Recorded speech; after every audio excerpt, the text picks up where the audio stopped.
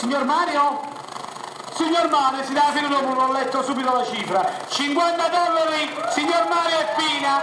Grazie, signor Mario. Signor Mario, vi ringrazio, siete una persona molto umana, signor Mario. No, siete umani, siete.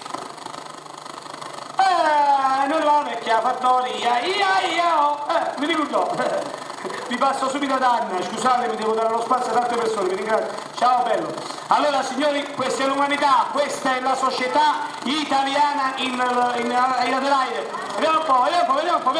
Dimmi, chi è questo? No, ci voglio parlare io direttamente, dammi qua, vediamo un po'. Pronto? Come mi chiami?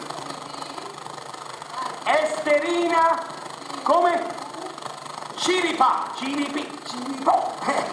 50 dollari, signore, ciao! Sto accendo, signor, si dà fino con un bacione in bocca, signor, grazie.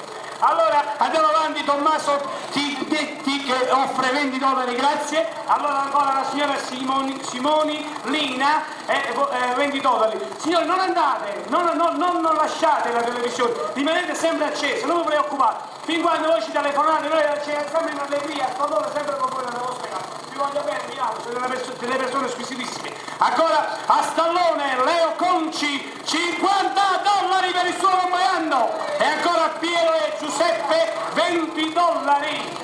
Ancora Giuseppe Gorgone, 20 dollari. Ancora Antonio Anfiteatro, 20 dollari. Ancora Antonio Fria, 20 dollari. Famiglia Capasso, 20 dollari. Ancora al signor Di Galano Paradise, 50 dollari, ragazzi, bellissimo. E ancora al signor Scarangela Rosa, la signora Scarangela Rosa, 5 dollari, 15 dollari, dico bene, 15. Vediamo un po', c'è ancora il signor Michele Silvestri del 8 Park Trisen, ogni tanto non so che cosa dico, ma comunque le parole dei Vicoletti non me le ricordo. 25 dollari, passiamo la linea subito a te.